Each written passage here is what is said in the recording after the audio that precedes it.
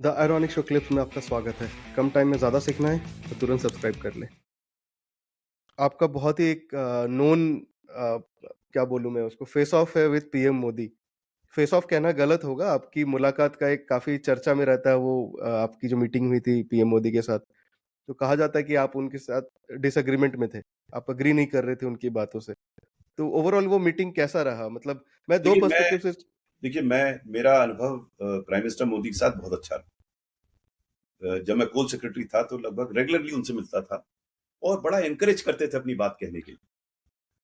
जो आज का स्वरूप उनका प्रस्तुत होता है हुँ। उससे बिल्कुल भिन्न था। क्योंकि धीरे-धीरे ऐसा आभास होने लगा कि वो शायद इतना ओपन नहीं रह गए। शुरू में बहुत ओपन थे। पूरा ओके। एनकरेज करते थे सबको अपनी बात कहने का।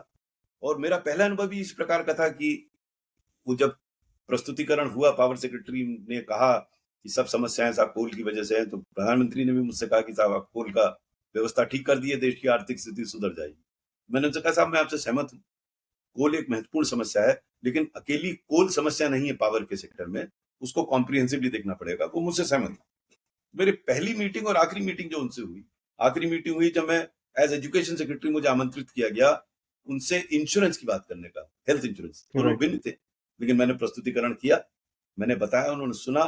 वो उनका मत इंश्योरेंस कंपनी के अगेंस्ट था शुरू में, वो नाराज भी हो जाते थे, लेकिन जब मैंने प्रस्तुत किया तो सहमत हुए।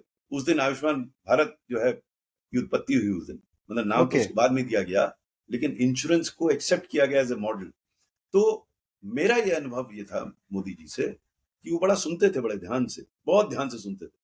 और अन्यथा जैसे वो जितना बोलते मीटिंग्स में कम बोलते थे, सुनते थे ज्यादा और निर्णय लेते थे, डायरेक्शन देते थे। तो मेरा तो बड़ा सुखद अनुभव था। लेकिन धीरे धीरे मैंने अनुभव किया कि जो टू वे कम्युनिकेशन होता था सचिवों और प्रधानमंत्री के बीच में, उसमें मुझे लगा कि वो टू वे कम्युनिकेशन धीरे धीरे वन वे कम्युनिकेशन बन गया, इन द सेंस कि कोई सेक्रेटरी बहुत कम बोलते थे, वे बोलते नहीं थे ज्यादा। So how is PM Modi as a leader? क्योंकि Oh, he's दो one of the tallest leaders this country has produced.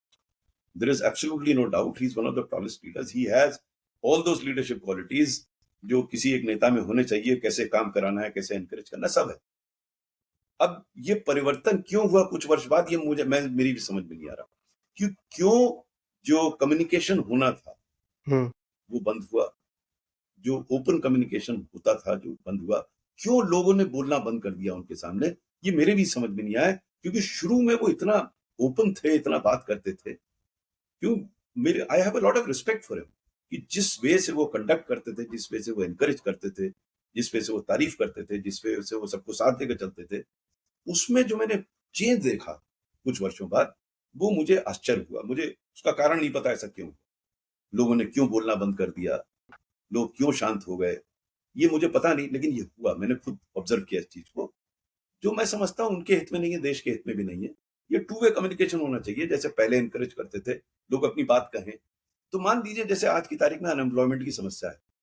अब पता नहीं कोई सचिव उनको बता रहा है कि कितनी गंभीर राइट। समस्या है। अगर नहीं बता रहा तो सचिवों की भी गलती है और शायद उनकी भी गलती है कि उनको समझना चाहिए एक महत्वपूर्ण समस्या है और वो ऐसे लीडर हैं कि किसी भी समस्या का समाधान कर सकते हैं।